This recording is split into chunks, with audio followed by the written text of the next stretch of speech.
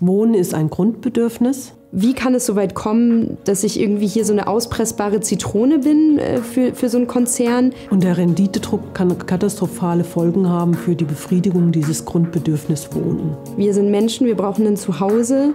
Und dass unser Zuhause hier so unter der Gewinnmaximierung unter Beschuss ist, das ist was ich nicht hinnehmen kann.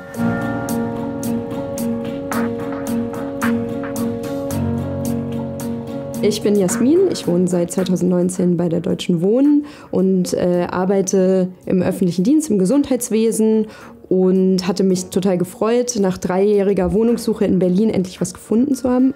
Als es dann aber klar war, dass die Vermieterin die Deutsche Wohnen ist, habe ich es mir wirklich nochmal zweimal überlegt. Weil ich hatte schon so viel Schlechtes von Vermietern wie Deutsche Wohnen, Vonovia gehört, dass ich wirklich nochmal innehalten musste, mir das überlegt habe und dann aber einfach aufgrund von mangelnden Alternativen hier dann eingezogen bin, weil man eben, wenn man Vollzeit arbeitet, ja auch irgendwann einfach mal irgendwo wohnen möchte.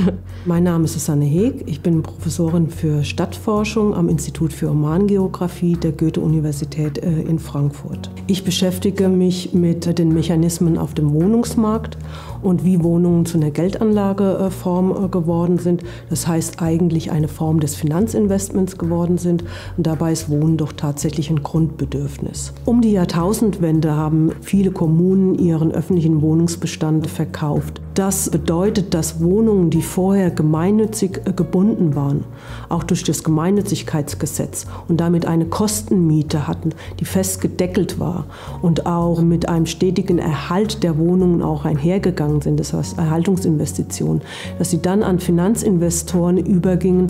Es sind Private Equity Fonds entstanden.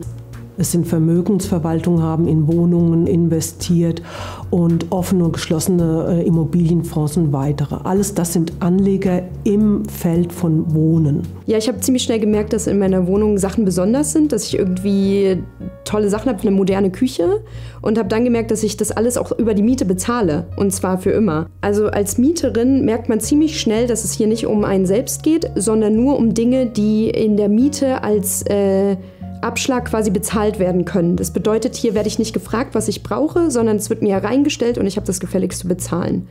In der Wohnungsbranche gibt es im Augenblick ein neues Geschäftsmodell. Dieses Geschäftsmodell besteht nicht mehr nur alleine darin, über die Mieten Gewinne zu erzielen, sondern auch mit den Wertsteigerungen, die mit den Immobilien erzielt werden können, durch eine stetige Steigerung von Mieten eben und durch den Einsatz verschiedener Finanzinstrumente. Und insbesondere dieser zweite Teil, dieser neue Teil quasi mit den Finanzinstrumenten, das wird auch als eine Finanzialisierung des Wohnens beschrieben. Und diesen Teil können wir erkennen, dass die Finanzinvestoren, die quasi eine Anlageform aus Wohnungen machen, in die Wohnungen keine Erhaltungsinvestitionen mehr setzen. Das heißt, die Verwahrlosung von Wohnungen, das Nicht-Instandhalten, das ist ein grundsätzlicher Charakterzug von diesen Finanzinvestitionen, die nichts in die Wohnungen hineinstecken, aber viel herausholen wollen. Was für mich auch eine neue Erfahrung war, dass man als Mieterin nicht mehr ernst genommen wird von diesen Konzernen. Bei meinen alten Vermietern hatte ich eine Handynummer, habe da angerufen, der kam vorbei. Ich habe mich als Mensch gefühlt in der Kommunikation mit dem und es wurde erledigt. Jetzt hört man so Sachen von anderen Deutsche Wohneinheiten, wo wirklich die Fassade abfällt, also wirklich auch gefährlich ist für Menschen, wo die Türen nicht schließen, wo die Heizungen monatelang ausgefallen sind und wo auch man das Gefühl hat, Menschen, die vielleicht nicht irgendwie rechtlichen Beistand sich leisten können oder eventuell Deutsch die erste Sprache eben nicht ist, dass die sich noch weniger wehren können und dass dort die Deutsche Wohnen ganz besonders zuschlägt. Hier ein Beispiel aus dem Kiez, wo wir wirklich das Gebäude verfällt und man versucht, die Leute rauszuekeln, indem man dort alle möglichen Instandhaltungen, wozu die Deutsche Wohnen verpflichtet wäre, einfach unterlässt. Aber viele Leute sich einfach nicht wehren können, weil es dazu keine Mittel gibt. Und man fragt sich schon, wie kann es so weit kommen, dass ich irgendwie hier so eine auspressbare Zitrone bin für so einen Konzern, was mir mit anderen Vermieterinnen in der Vergangenheit eben nicht passiert ist. Und wie können einzelne Konzerne so eine Macht über Menschen haben, die einfach nur wohnen wollen? Wie funktioniert aber jetzt eigentlich so eine klassische Immobilienfirma? Wir haben immer die Vorstellung, das ist ein Unternehmen. Dieses Unternehmen besteht aber an konkreten Beispielen, ist aufgeteilt in viele Holdings, die einzelne Immobilienbestände in Städten, zum Teil auch in Stadtteilen haben und die dann zusammengeführt werden in eine weitere Holding. Und diese Holding ist wiederum steueroptimiert, sitzt die in Luxemburg. Das heißt eine Steueroase, um auch da quasi zu sparen. Wer der Vermieter ist, das wissen die Mieterinnen häufig gar nicht mehr. Und wenn man dann versucht, irgendwelche Schäden oder Mängel zu melden, landet man förmlich im Nirgendwo. Ja, für die Zukunft würde ich mir eigentlich wünschen, dass die Miete so bezahlbar wird, dass ich im Alter keine Angst haben muss, dass ich mir die Miete nicht mehr leisten kann. Weil als Mieterin in Berlin hat man mittlerweile permanent Existenzängste, dass der eigene Lohn, gerade auch als Berufseinsteigerin, nicht reicht. Und man jetzt schon überlegt, ob man überhaupt Familie gründen kann, ob man überhaupt hier für immer bleiben kann. Seit der Finanzkrise ist sehr viel Geld unterwegs, das nach einer renditestarken Anlage sucht.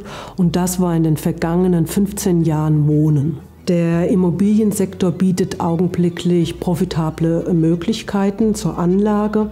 Das heißt, es sind hohe Renditen zu erwarten.